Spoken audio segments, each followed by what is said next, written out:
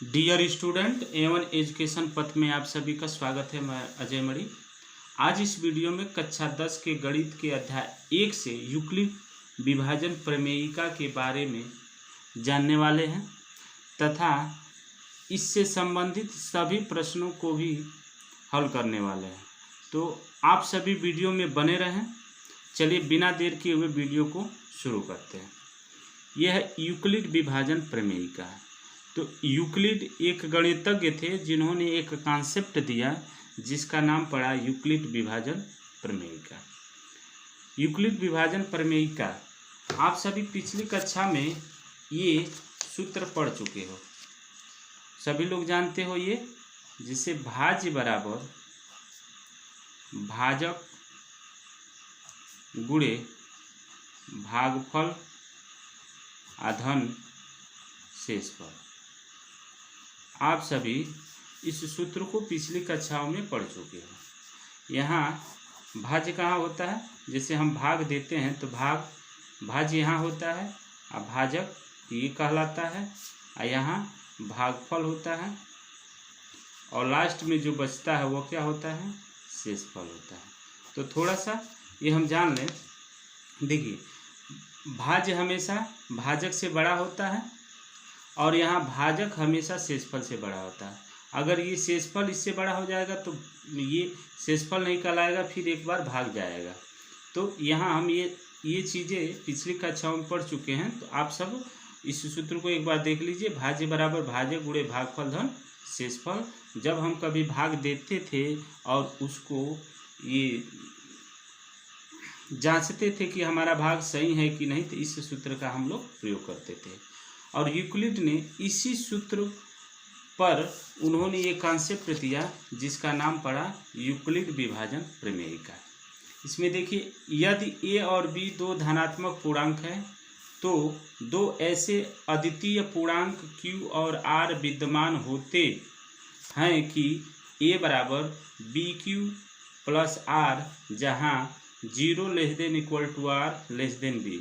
यानी ये a और b क्या है, धनात्मक पूर्णांक है और q और r भी एक पूर्णांक है। तो उन्होंने कहा कि a बराबर bq प्लस r और ये r जो है ये शेषफल के रूप में है, तो शेषफल हमेशा b यानी भाजक के से कम होगा। यानी यहाँ पर यूक्लिड ने क्या बताया, a बराबर bq प्लस r ≤ 0 और b है। यानी यहाँ देखिए a हमारा यहाँ आ जाएगा, b a होगा, q हो गया और लास्ट में हमारा क्या हुआ, r, ये हो गया r। तो यहाँ हम जानते ही हैं कि भाजक हमेशा शेषफल से बड़ा होता है। तो देखिए b r से बड़ा है। अच्छा, हमारा जो शेष हो सकता है किसी स्थिति में 0 भी हो सकता है या 0 से बड़ा भी हो सकता है, 0 से बड़ा भी हो सकता है और 0 भी हो सकता है। तो इसी सूत्र को यूक्लिड ने दिया और इसी सूत्र का नाम पड़ा यूक्लिड विभाजन प्रमेयिका।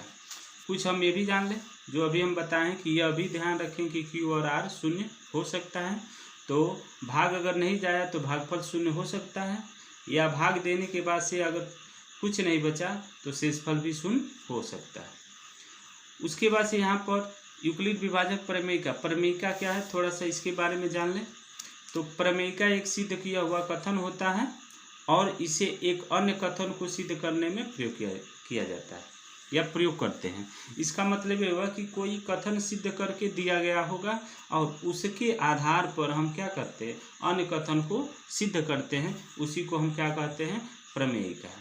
तो इसी तरह के इसमें प्रश्न भी दिए होंगे कि एक कुछ दे दिया गया होगा एक कथन और उसके अकॉर्डिंग हमको क्या करना है, दूसरे कथन को सिद्ध करके दिखाना है।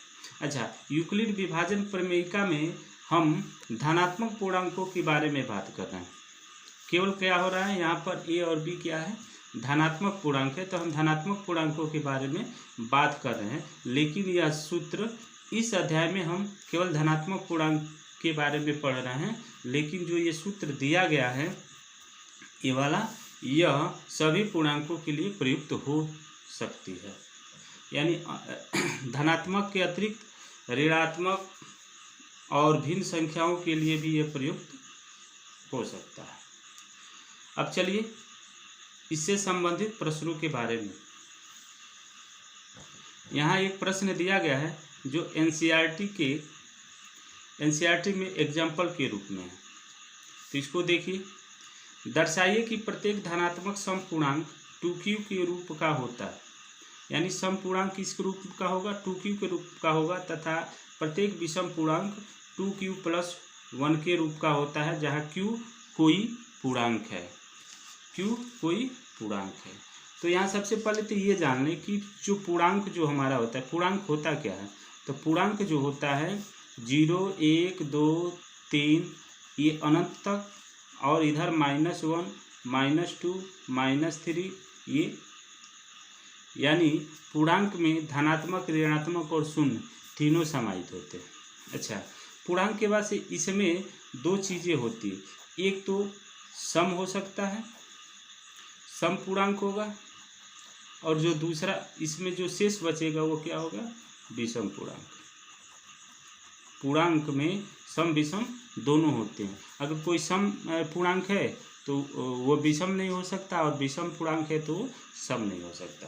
अर्थात सम के बारे में पढ़ लें तो सम के बारे में क्या होता है, जो संख्या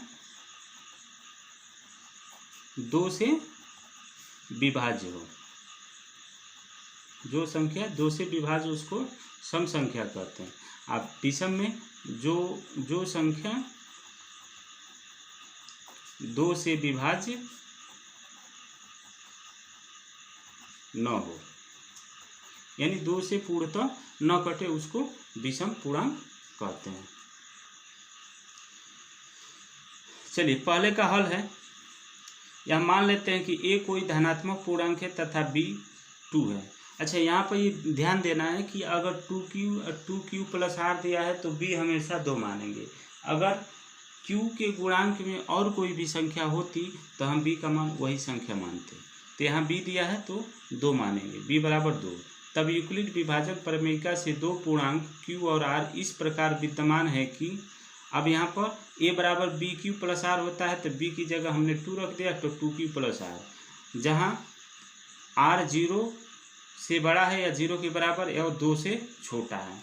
तो यहाँ पर हम देख रहे हैं कि जो r है हमारा, यहाँ r0 r ये 2 के बीच में है, यानी r या तो 0 हो सकता है या तो 1 हो सकता है, क्योंकि यहाँ पर चूँकि ये भी है कि r क्या है, एक पूर्णांक है। तो पूर्णांक हमेशा 1, 2, 3, 4 ही होता है, और 0 से लेके 2 के बीच में 0 और 1 ही आएंगे, क्योंकि 0 लेना ही है, लेना है।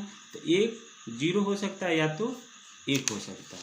तो यहाँ संभव शेषफल क्या हम ले सकते हैं, 0 या 1, यानी r का मान या तो एक स्थिति में 0 हो सकती है, दूसरी स्थिति में 1 हो सकती है।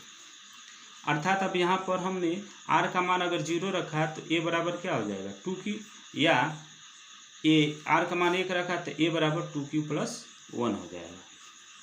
अब यहाँ देखिए, यहाँ a = 2q एक सम पूर्णांक है, क्योंकि यह 2 से विभाज्य। हमने पहले ही बताया कि जो संख्या 2 से कट जाती है उसको सम पूर्णांक कहते हैं। तो यहाँ देखो ये 2q है ना, तो भाग दोगे अगर 2 से, तो 2 से 2 कट जाएगा, ये पूर्णतः 2 से कट जाएगा, इसलिए ये संख्या क्या हो गई, सम पूर्णांक। अब ये संख्या सम है तो बाकी जो संख्या बचा वो विषम होगा, 2q + 1। देखिए यहाँ पर 2q + 1 2 से नहीं कटेगा, इसलिए अतः कोई भी विषम पूर्णांक 2q + 1 के रूप का हो सकता है। माने इस तरह के जो भी अंक आएंगे 2q + 1 के रूप में, तो वह विषम पूर्णांक होंगे, और 2q के रूप में जो आएंगे वह एक सम पूर्णांक होंगे।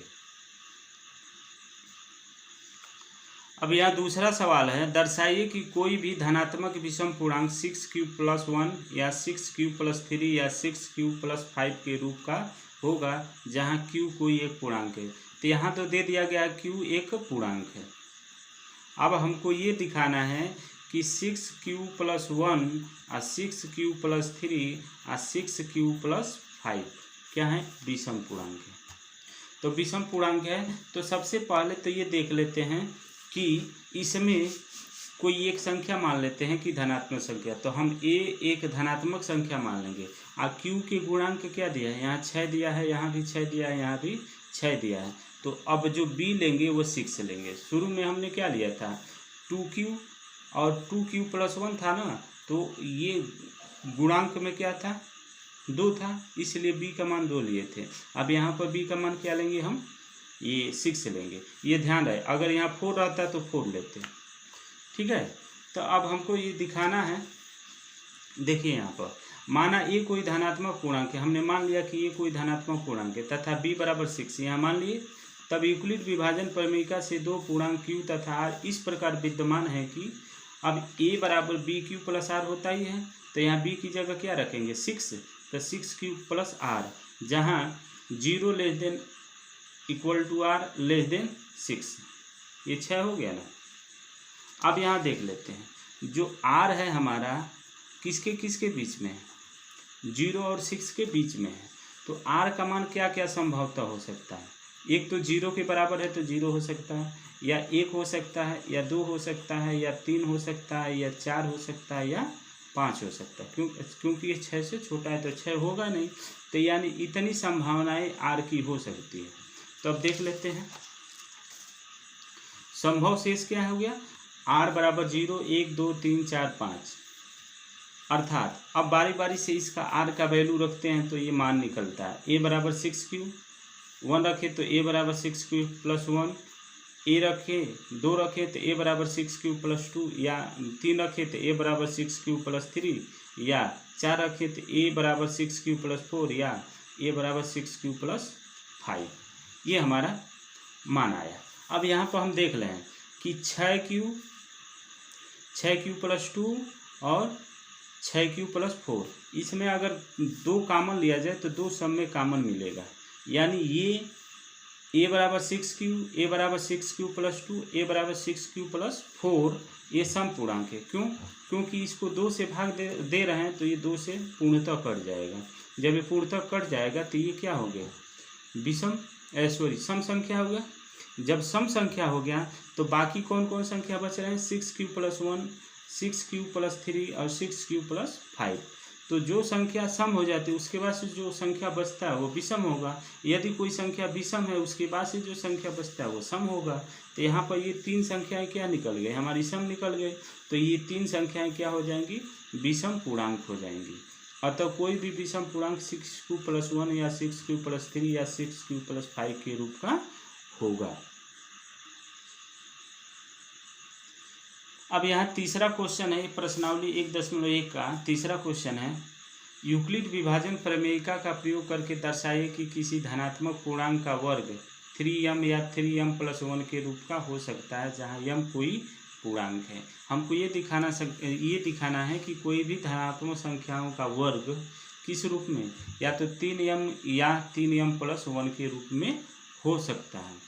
तो सबसे पहले तो ये हम मानेंगे कि माना ए कोई एक धनात्मक पूर्णांक है तथा जब ये धनात्मक पूर्णांक है तो हम इसको ये लिख सकते हैं इसी रूप में 3m या 3m + 1 है तो यहाँ पर 3q या 3q + 1 या 3q + 2 हम लिखेंगे।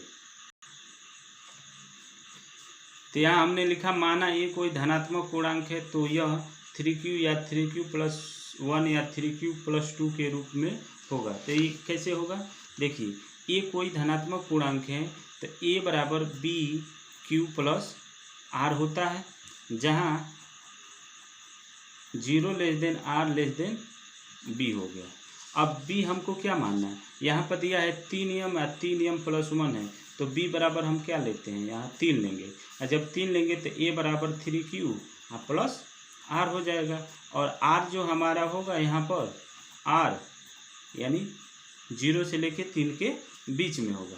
तो r का जो संभावित मान होगा वह या तो 0 होगा, या तो 1 होगा, या तो 2 होगा। जब बारी बारी से मान रखेंगे तो एक मान होगा ये बराबर 3q, एक मान होगा 3q + 1 और एक मान होगा 3q + 2। तो यही हमने लिखा यहाँ पर 3q या 3q+1 या 3q+2 के रूप का होगा। अब यहाँ पर अतः हमारे पास निम्नलिखित 3 स्थितियाँ हैं। देखिए 3 स्थितियाँ आ रही हैं कि नहीं, 3q+1 3q+2। अब इसका 3 स्थितियाँ यहाँ पर दिया गया है। तो देखिए पहली स्थिति क्या है हमारी, 3q, a बराबर 3q, a बराबर 3q है, लिख देते हैं जब a बराबर 3q है। इस स्थिति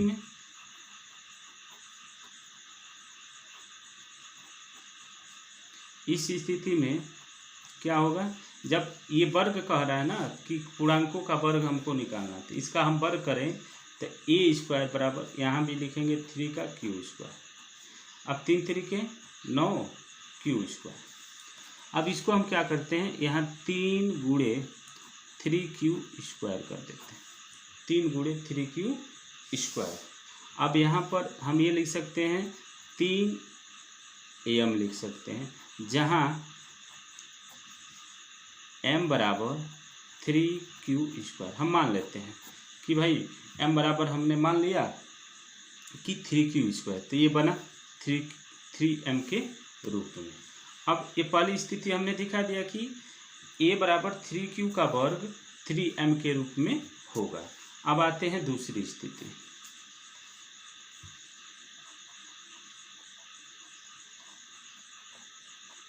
दूसरी स्थिति क्या है, जब a बराबर 3q+1 है। इस स्थिति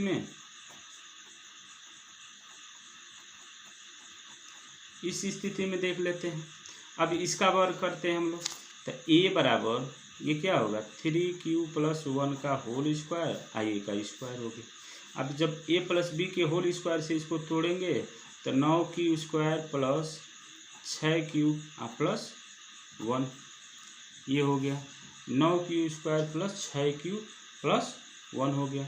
अब यहाँ पर देखिए 3 कामन यहाँ ले लेते, 3 कामन है ना इसमें, तो यहाँ हो जाएगा 3q² प्लस 2 यहाँ हम कामन क्या लेंगे 3q, तो यहाँ होगा 3q+2 अब प्लस क्या हो गया 1। अब इसको हम 3q+2 को हम क्या मान लें, m मान लें। जब m मान लेंगे यानी q कोष्टक में 3q+2 को हमने m माना, तो यहाँ 3m+1 हो जाएगा।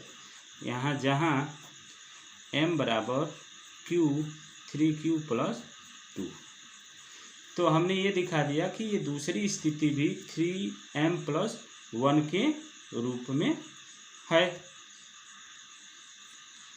देखिए अब तीसरी स्थिति है जब a बराबर 3q+2 है। इस स्थिति में जब इसका वर्ग करेंगे तो a² बराबर 3q+2 का होल स्क्वायर। अब इसको हल करेंगे हम लोग, जब इसका विस्तार करेंगे तो क्या होगा 3 3 9 q² plus 12q plus 4, 12q + 4। अब इसको हम ऐसे लिख सकते हैं 9q² + 12q प्लस 3 + 1।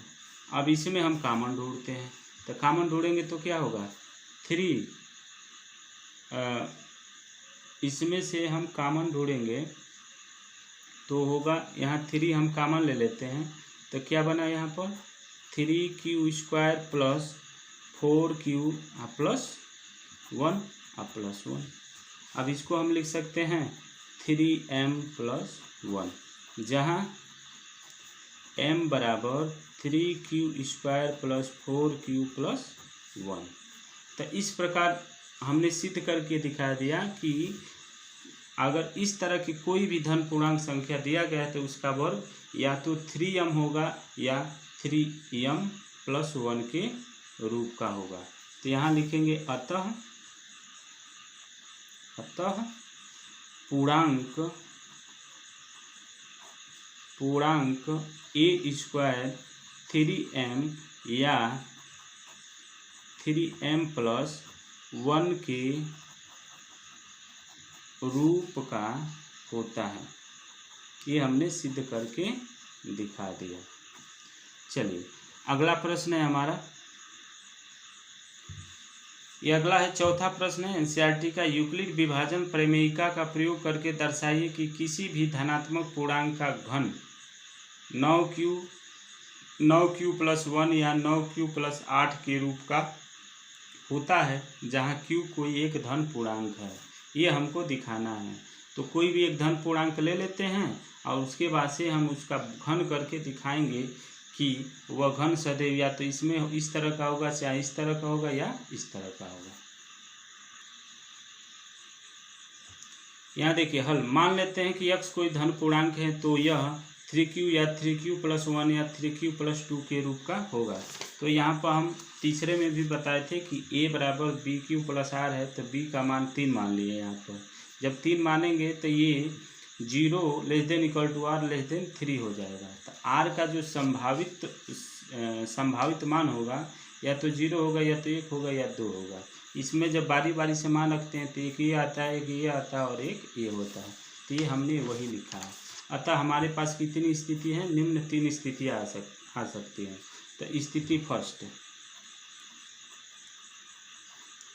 स्थिति यानी पहली स्थिति, जब x बराबर 3q है, जब x बराबर 3q है, इस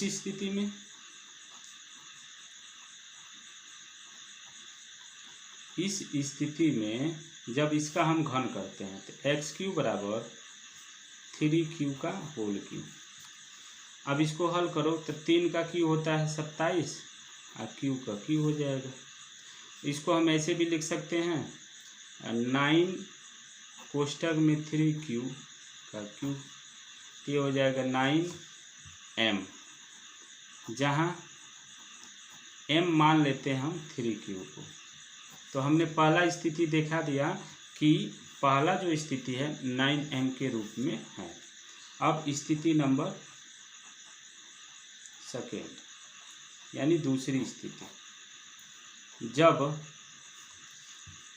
x बराबर 3q+1 है, इस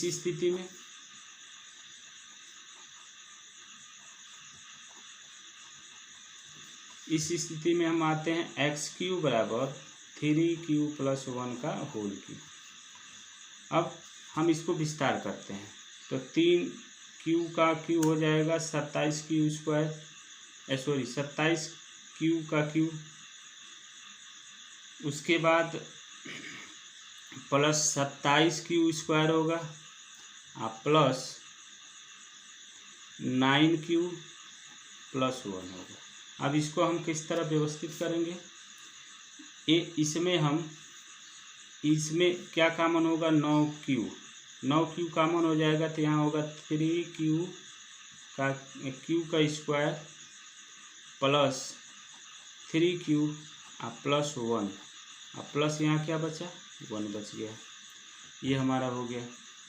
अब यहाँ से हम क्या लिख सकते हैं, 9m+1 x³ बराबर, जहाँ देखिए m बराबर 3q कोष्टक में 3q² प्लस 3q प्लस 1, ये हमने मान लिया। तो दूसरी स्थिति हमने दिखा दिया कि दूसरी स्थिति 9m+1 के रूप में होगी। चलिए तीसरी स्थिति है जब x बराबर 3q+2 है। इस स्थिति में अब इसका क्यू करते हैं, 3q+1 2 का होल क्यूब। अब इसको हल करते हैं तो 27q का cube plus 54q² plus 36q plus 8। अब थोड़ा इसको हम इस तरह लिख लें, 9q कॉमन लेते हैं तो यहाँ क्या बचेगा, 3q² plus 6q plus 4 plus यहाँ 8 हो गया, तो इसको हम लिख सकते हैं 9m + 8। ये हमारी तीसरी स्थिति किस रूप में बना, 9m + 8, जहाँ m बराबर q 3q + 6q + 4 मान लिया गया। तो इस प्रकार हमने ये दिखा दिया कि इसकी जो सभी स्थितियां हैं, किसी भी धन पूर्णांक के का घन करते हैं तो वह किस स्थिति में आ जाएंगे, 3 स्थिति। अतः xq जो आएगा या तो 9m के रूप में होगा, या 9m + 1 के रूप में होगा, या 9m + 8 के रूप का है। तो इस प्रकार हमने यूक्लिड विभाजन प्रमेय का पढ़ा और इससे संबंधित एनसीईआरटी में दिए गए प्रश्नों का हल भी किया। तो बच्चों, यह वीडियो कैसा लगा? अगर ये वीडियो अच्छा लगा हो तो आप सभी वीडियो को एक लाइक ज़रूर करना और अपने दोस्तों में ज़्यादा से ज़्यादा शेयर करना। धन्यवाद।